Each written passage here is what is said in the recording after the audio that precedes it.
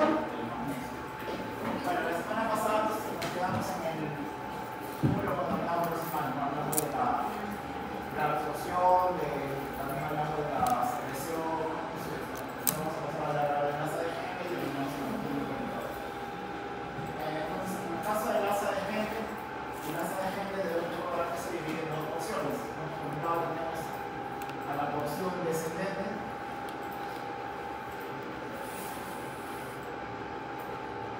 Por otro lado tienes la porción ascendente. Bien, la primera diferencia es que la porción descendente, como vimos en la concentración de la orina, la porción descendente es impermeable al agua.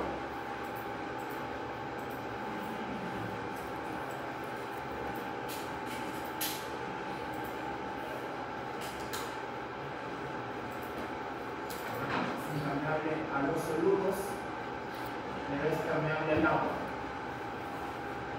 Permeable al agua. ¿Qué determina que la porción descendente sea impermeable a los solutos y permeable al agua? Habíamos dicho que hace que la concentración tubular aumenta la osmolaridad del líquido tubular. ¿Okay? Aumenta la osmolaridad del líquido tubular. ¿Por qué es permeable al agua? Porque es rica en unos canales que se llaman de aquaporina. ¿Qué tipo de aquaporina encontramos ahí? La porción descendente, sobre todo rica de unos canales de aquaporina 1. ¿Ya? Eso es lo que predomina ahí. Entonces, en la porción descendente solamente se reabsorbe agua, no se secreta nada. Y no te olvides que tampoco se reabsorbe ningún soluto, por eso es que la osmolaridad del líquido tubular, a medida que va bajando con la porción descendente, va aumentando. Cuando lo pasamos a la porción ascendente, eso se tiene que dividirla en dos partes. Porque tienes por un lado la porción ascendente gruesa y la porción ascendente delgada. La primera de ellas es la porción ascendente delgada. La porción ascendente delgada se caracteriza por ser, en general, ambas son permeables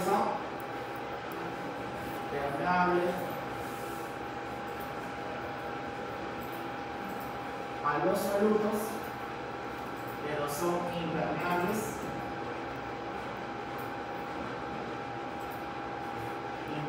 al agua.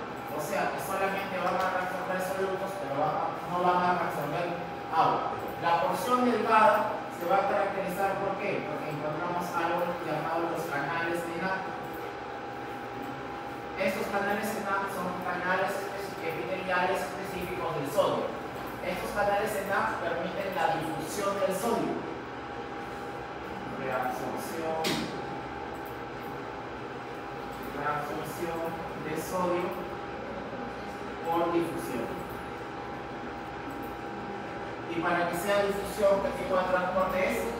Transporte pasivo. Es por eso que esta difusión a través de estos canales ENAC se produce por gradiente de concentración.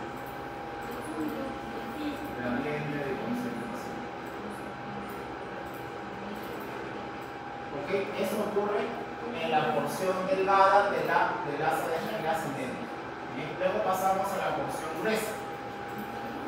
En la porción gruesa, ya de la rama ascendente del asa de Henle, ahora sí vamos a ver que hay un transportador. Entonces, como siempre, no te olvides, este es el lado tubular y este es el lado de la membrana vasolateral. Acá vamos a encontrar algo que moviliza el transporte secundario. Viene a ser la bomba de sodio ATPasa, que hace que el sodio salga y el potasio ingrese, de tal manera que la concentración de sodio dentro de las células es baja, y eso facilita que acá aparezca este transportador. Este transportador va a hacer que ingrese un sodio, un potasio y dos cloros. Este es el transportador que se localiza en la porción ascendente gruesa del asa de Henle. ¿Okay? Sodio, potasio, dos cloros. Entonces, cuando el sodio ingresa, este sodio luego se va por la bomba de sodio ATPasa. Este cloro que está acá va a pasar a través de la membrana basolateral y también a través de unos canales específicos de cloro. Viene el cloro por acá y se va por su canal. A su vez, este cloro también se va a intercambiar por bicarbonato. Por acá aparece el CO2. El CO2 se junta con el agua en presencia de anhidrasa carbónica. Recuerden que acá sale hidrógeno y bicarbonato. Entonces el cloro que había entrado por acá, este cloro va a salir acá de tal manera que se transforma con el bicarbonato. Por otro lado, recuerda que la membrana celular es bastante permeable ¿a cuál de todos estos iones? Al potasio, y como el potasio es más abundante dentro de la célula, eso le permite salir libremente.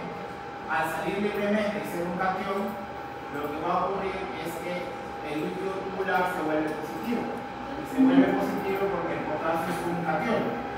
Como se vuelve positivo,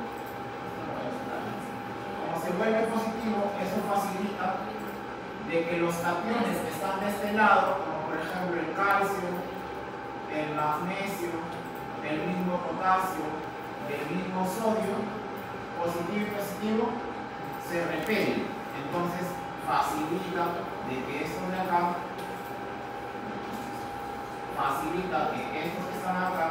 pasen por vía paracelular. ¿Por qué? Porque la carga positiva repele estos iones de acá y permite que por vía paracelular se reabsorban sodio, potasio, magnesio y calcio. ¿Okay? Y van a pasar a CK, que es el espacio intersticial de la nefrona. ¿Okay? ¿Qué diuréticos bloquean esto? Acá bloquean los diuréticos de ácido. ¿Qué es un diurético? Es un medicamento diurético. Es un medicamento que hace que la diuresis aumente, por eso se llama diurético. Entonces, si yo bloqueo esto, si este de acá es bloqueado, ¿qué va a pasar con la reabsorción del sodio? Baja. Si baja la reabsorción del sodio, la bomba de sodio de potasio también baja su función, porque ya no tiene que bombear. Si no bombeas suficientemente sodio hacia acá, ¿qué pasa con la reabsorción de agua? Baja, porque el agua se mueve por ósmosis. El agua pasa de este lado del líquido tubular hacia este lado siguiendo al sodio, porque acá hay mayor osmolaridad. Si yo bloqueo esto, la bomba de sodio funciona menos, baja la osmolaridad intersticial, y el agua que viene por acá va a pasar menos. Entonces el agua se queda en el líquido tubular. Si el agua se queda en el líquido tubular, la orina aumenta. Por eso es un diurético.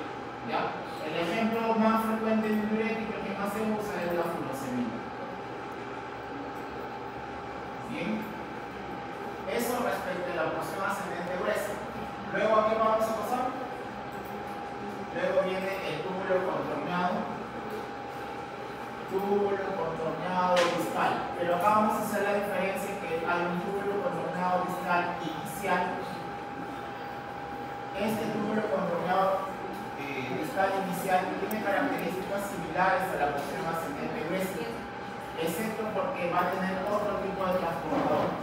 Se mantiene la bomba de sodio y potasio en la membrana basolateral, sacando sodio, ingresando potasio, pero el transportador en su membrana apical es diferente. Ya no es potasio, sodio, potasio 2 cloro, sino que va a ser sodio con cloro. Eso es lo que va a transportar este de acá. Entonces, ¿qué es lo que ocurre? Que el sodio ingresa nuevamente por transporte activo secundario, pero se lleva consigo al cloro.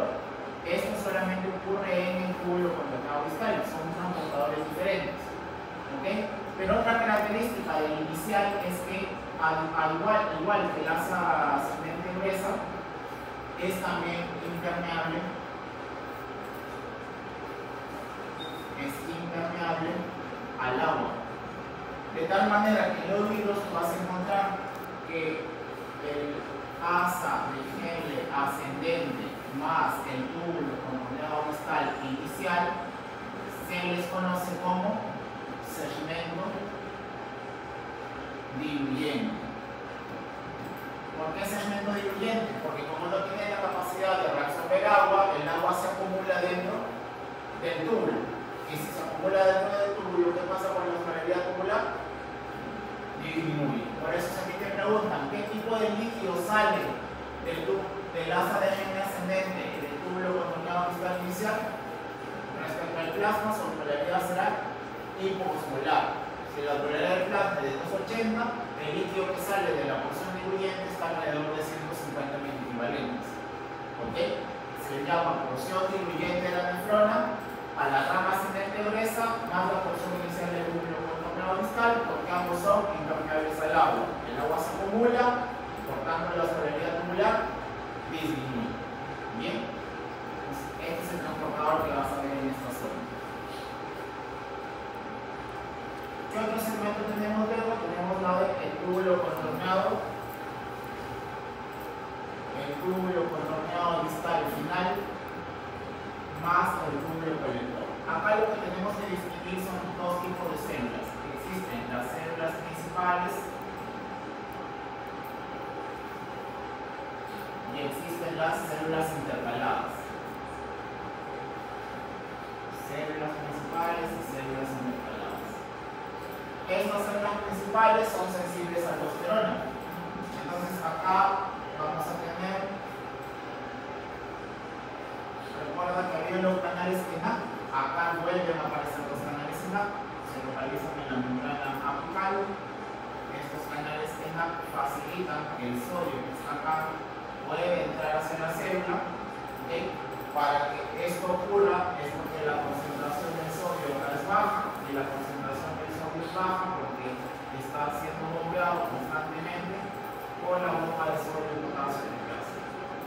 Este sodio baja y este potasio que acaba de entrar por gradiente de concentración, porque es más abundante dentro de la célula, es más sencillo que salga. Este potasio viene por acá. Los canales que permiten que salga se llaman random. El potasio puede ser excretado de la célula. A su vez,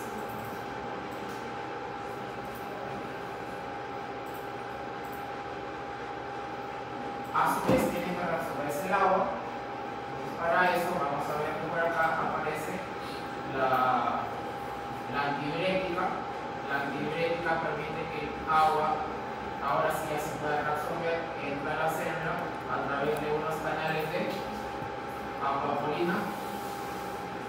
Una vez que está dentro, puede salir de la célula hacia el espacio intersticial a través de los canales de aquaporina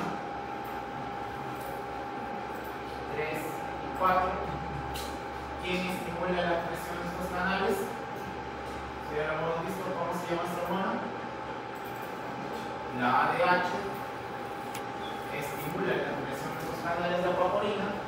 Por otro lado, estas células principales son sensibles a la aldosterona. ¿Quién produce aldosterona? La corteza de la glándula suprarrenal produce aldosterona. La aldosterona, ¿qué funciones tiene? Uno, estimula la actividad de la bomba de sodio potasio que hace que haya más bombas en la membrana. Si hay más bombas, baja el sodio. Si baja el sodio entra con mayor afinidad porque baja su concentración dentro de la célula.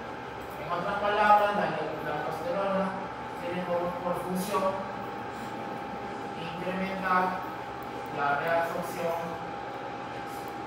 de sodio. ¿Cómo más lo hace? También lo hace estimulando la expresión de los canales ENAC. Hace que se sinteticen más canales ENAC. De esa manera también favorece la reabsorción de sodio, pero también facilita la expresión de los canales rampa. Por tanto, hace que se excrete expresión de potasio. Entonces la aldosterona reabsorbe sodio y bota potasio. ¿Ok? Lo hace a través de esos canales. Y La ADH en cambio tiene que ver con la absorción principalmente del agua o apapolina 2 en la membrana luminal, y para que salga ya para hacer la membrana vasolateral, el agua sale por apapolina por este lado. ¿Ok? Esas son las funciones de la aldosterona, producidas por la corteza de la glándula suprarrenal. Entonces, ¿qué estimula la liberación de aldosterona? Por ejemplo, un incremento del potasio. Un incremento del potasio hace que la glándula suprarrenal responda liberando aldosterona. ¿Por qué? Porque por retroalimentación negativa, si tienes exceso de potasio, sale la aldosterona y hace que se pierda en el riñón, y con ese potasio vuelve. ¿Qué más hace que se libere aldosterona? El sistema renina-angiotensina-aldosterona. La angiotensina 2 también hace que la glándula suprarrenal libere más aldosterona. Si se libera más aldosterona, se reabsorbe más sodio. Si se reabsorbe más sodio, se reabsorbe más agua. En un estado de hipovolemia, por ejemplo, se activa el sistema renina-angiotensina-aldosterona, ¿verdad? En el sistema renina-angiotensina-aldosterona se libera la renina. La renina hace que... ¿Qué hace la renina? Que el angiotensinógeno pasa a ser angiotensina 1. La angiotensina 1 luego con la enzima convertidora se convierte en angiotensina 2. La angiotensina 2 llega a la glándula suprarrenal y hace que se libere aldosterona. ¿Cuál fue el estímulo para que se libere renina? La disminución de la volemia, o sea, pérdida del líquido intracelular, intravascular. La aldosterona, ¿qué va a hacer ahora? Que se reabsorba más sodio. Si se reabsorbe más sodio, por osmolaridad se reabsorbe más agua, y con eso la volemia vuelve a la normalidad. Y ahí se cierra el sistema renina-angiotensina-aldosterona. ¿Ya? Y el otro estímulo, en realidad el principal estímulo para la liberación de la aldosterona es el potasio, ¿ya? La elevación del potasio. Eso es en la célula principal. Pero el otro grupo celular se llama las células intercaladas. Solo que las células intercaladas pueden ser alfa o pueden ser beta. Las células alfa se van a caracterizar por qué? Porque van a secretar secreción de hidrógeno, ¿ya? Y reabsorción de bicarbonato. En cambio, las células beta son al revés. Será reabsorción de hidrógeno y secreción de bicarbonato. Van al revés. ¿Pero por qué tienes dos células que hacen efectos contrarios? Porque son para regular el equilibrio ácido-base. Si tu cuerpo tiene exceso de hidrógenos, ¿quién es la que más participa? La alfa. En cambio, si tienes déficit de base, también será la alfa, es lo mismo. Y si tienes déficit de hidrógeno, estás en alcalosis, participa más la célula beta. Entonces necesitas ambas para regular el equilibrio ácido-base. Entonces uno las quiere dibujar en función de sus transportadores. Vamos a hacer la célula alfa. La célula alfa va a ser lo siguiente. Este es el líquido tubular, este es el espacio intersticial. Entonces lo que va a querer es secretar hidrógeno. Para que el hidrógeno salga de la célula, este hidrógeno se va a mover a través de una bomba de hidrógeno. Sale el hidrógeno. ¿Ok? Para que reabsorba bicarbonato, necesitamos ahora que el bicarbonato pase a ser, tiene que ser reabsorbido, pues el bicarbonato va a estar del otro lado, acá, en la membrana luminal. Entonces el bicarbonato entra hacia acá,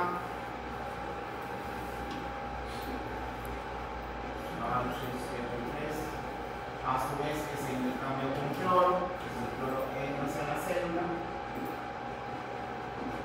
¿Ok? Entonces el bicarbonato se reabsorbe, el cloro entra hacia la célula y el hidrógeno sale para acá. Este hidrógeno y este bicarbonato, ¿de dónde proviene?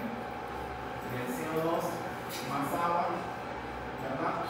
En presencia de hidrasa carbónica se produce ácido carbónico y del ácido carbónico se disocia en hidrógeno por un lado, bicarbonato por el otro. Entonces el carbonato se reabsorbe y el hidrógeno se elimina. ¿Ese es el único mecanismo? No, hay otro que está por acá, que hace que el hidrógeno salga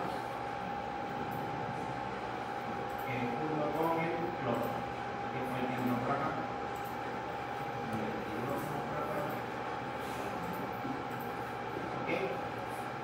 Luego, en el otro lado, en el caso de la célula beta, serán los mismos transportadores, pero están en el otro lado. Ahora lo que quiero es que el hidrógeno sea reabsorbido. Entonces la bomba de hidrógeno no va a estar en la membrana apical, sino que va a estar en la membrana basolateral. El hidrógeno sale para acá y ahora lo que quiere es secretar bicarbonato. Entonces el transportador de bicarbonato se pasa al otro lado. El bicarbonato sale de la célula, a su vez que el cloro entra hacia la célula. ¿Ok? Y el CO2 con el agua se siguen fusionando en presencia de hidrasa carbónica y obtengo el bicarbonato y el hidrógeno. Entonces son las mismas reacciones, lo que pasa es que los transportadores están en lugares diferentes. En el caso de las células alfa, el transportador para poder secretar bicarbonato se encuentra en la membrana apical y en cambio en la célula beta va a estar del otro lado.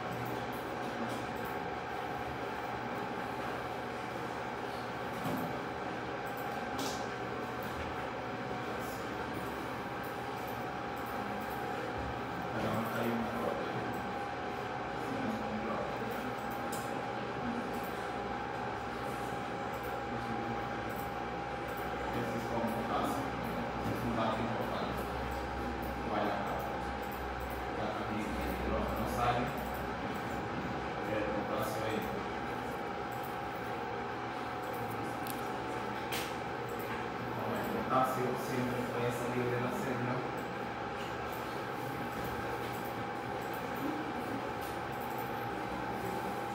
Ya. Si te preguntasen en acidosis o en alcalosis, ¿cuál de las células funciona? Si yo, por ejemplo, en acidosis, ¿cuál es la que predomina?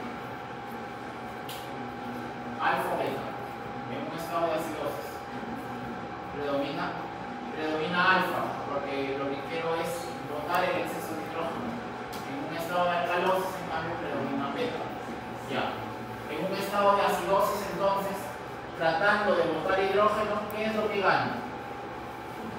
Potasio. Por eso es que en un estado de acidosis te lleva a hipercalemia o hiperpotasemia, que son sinónimos. En cambio, en un estado de alcalosis, tratando de reabsorber hidrógeno, ¿qué hago con el potasio? Entra a la célula y luego como el potasio puede disminuir libremente por su membrana, se pierde en el líquido tubular. Por eso es que una alcalosis me llevará como efecto secundario a una hipocalemia o hipopotasemia. Y entonces no te olvides, no estás en el hospital, los pacientes con acidosis tienden a la hipercalemia, los pacientes con alcalosis tienden a la hipopotasemia. Eso es importante, sí, porque las alteraciones del potasio generan arritmias cardíacas. ¿Ya? El potasio tiene que estar bien regulado, porque si no, eso altera, ¿se acuerdan la repolarización? Cuando empezamos el capítulo, ¿de quién dependía la repolarización? De los niveles del potasio. Entonces, si el potasio sale del rango, genera alteraciones del ritmo cardíaco que se llaman arritmias. ¿Ya?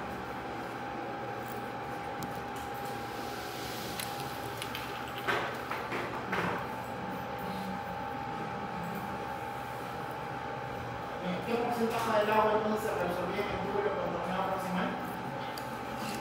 Más o menos 65 a 67%. En el ACN de agua, recuerda que es el factor diluyente. Como es el factor diluyente, el ACN reabsorbe principalmente solutos más que agua. Entonces reabsorbe el 25% del fluoruro de sodio y solo el 15% del agua. Y al final el túbulo colector entre el 8 y el 15% del agua.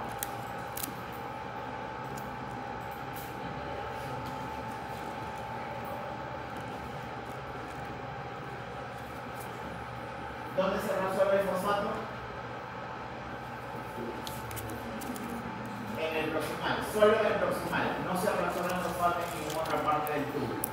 ¿Con quién se resuelve el fosfato? Acoplado al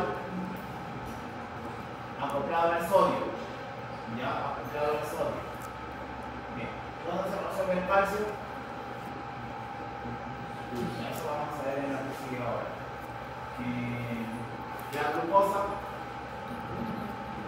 proximal, aminoácidos, proximal, cloruro de sodio en todo el tubulo, en toda la parte de en toda la porción tubular, pero hay variaciones en el transportador.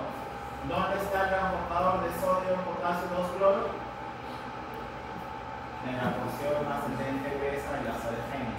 ¿Dónde está el transportador de sodio y cloro? En las células, en la porción inicial del túbulo pulmonar distal. ¿Dónde están los canales SNAP? En los túbulos colectores del distal, en la porción ascendente delgada de la sodegenia. Hasta ahora, si te preguntas, ¿cómo se reabsorbe el magnesio?